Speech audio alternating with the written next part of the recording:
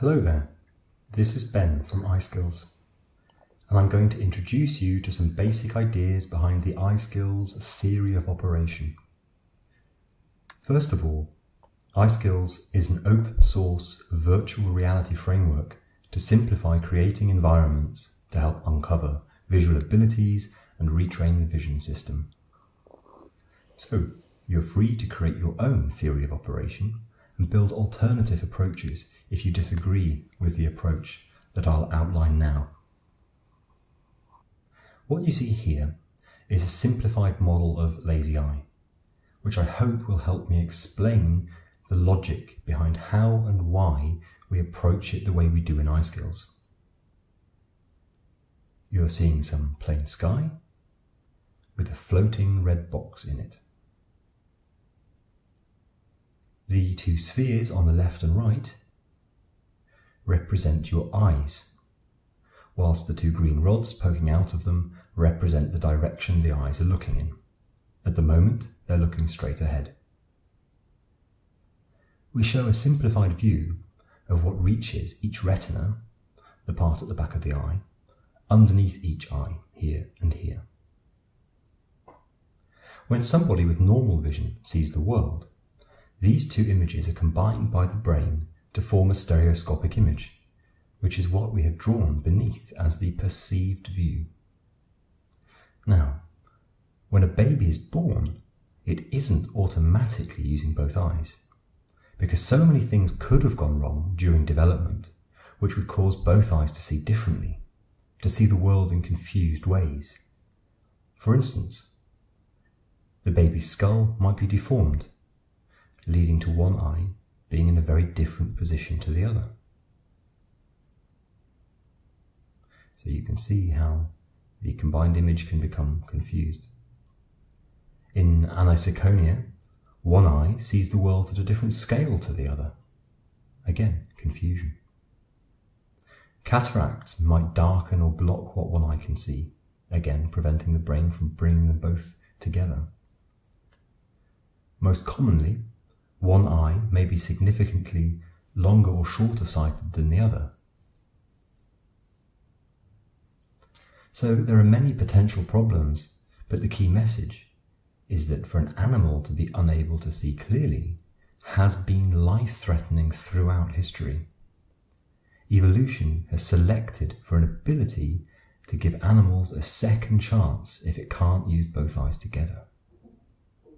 If the brain detects conflict between the eyes, which means it detects that they are seeing different things, it chooses to favour one eye very strongly, suppressing the input from the other eye.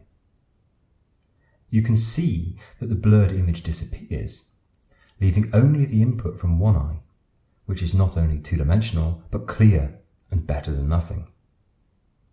In fact, the input from the alternate eye is not completely suppressed, but the intensity of signal reaching the brain is reduced by chemical inhibitors attaching to the back of the optical nerve of that eye. At this point, the brain has no information about what that suppressed eye is looking at, and therefore cannot direct it. Because the eyes are held in position by muscles pulling in contrary directions, it then tends to fall to one side, either inward or outward. The frustrating thing is that modern medicine can solve many of the underlying problems quite easily. Glasses can be prescribed, or laser eye surgery can be used to overcome the difference in strength of each eye. Lenses can even be surgically removed to deal with cataracts. Eye muscles can be lengthened or shortened, and so on. Only nobody told evolution that. Nobody told evolution that after a few million years, these kinds of interventions would become possible. After a medical correction, there is no pre-programmed reset switch at the back of our heads, which we can flip to have the vision system try to restart and learn to use both eyes again. So, we now have a series of problems. First of all, let's simplify our environment to just get the red cube and take a look at this. Even if we were theoretically able to switch off the suppression, the eye is looking in completely the wrong direction, so the brain will see a confused mess. The brain also can't compensate for that by straightening the eye, because it hasn't learned as a baby to coordinate both eyes. It can't do that, it doesn't know how. So, we need to trick our way past the amblyopic suppression and misalignment of the strabismic eye, so that the brain can start working on learning how to coordinate both eyes. By the way, amblyopia is the proper word to describe an eye under suppression, whilst strabism or strabismus is the precise term to describe an eye falling to the side. So let's have a look at how we can do this. If we boost the signal to the suppressed eye and weaken it to the unsuppressed eye, we can get an equal influence from both eyes. Unfortunately, we still have them looking in different directions. Thanks to virtual reality, however, we can rotate the whole world to line up with the misaligned eye. Now, each eye appears to be looking at precisely the same objects, so there is no conflict and the brain can start to get familiar with coordinating the input from both eyes. In physical reality, however, the eyes remain misaligned. So as soon as the participant removes the virtual reality headset, the brain will perceive that each eye is seeing something different and immediately resuppress the normally amblyopic eye. So we need another step. We need to move the brain beyond a familiarity with binocular vision towards straightening the eyes and recognizing that they are no longer in conflict. In this very simple model, which I put together for demonstration purposes, I cannot show this very nicely just yet, but you need to imagine in the following: that in EyeSkills we immerse the participant in an environment which is passively engaging for several minutes. After we've compensated for eye misalignment and suppression, we very gradually begin rotating the misaligned world back towards a straightened position.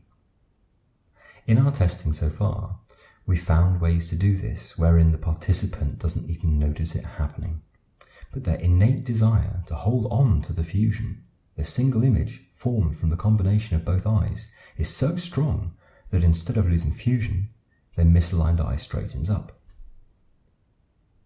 If we detect that the participant is still maintaining fusion, even with the world being completely straight in front of each eye, we then very carefully remove the suppression compensation.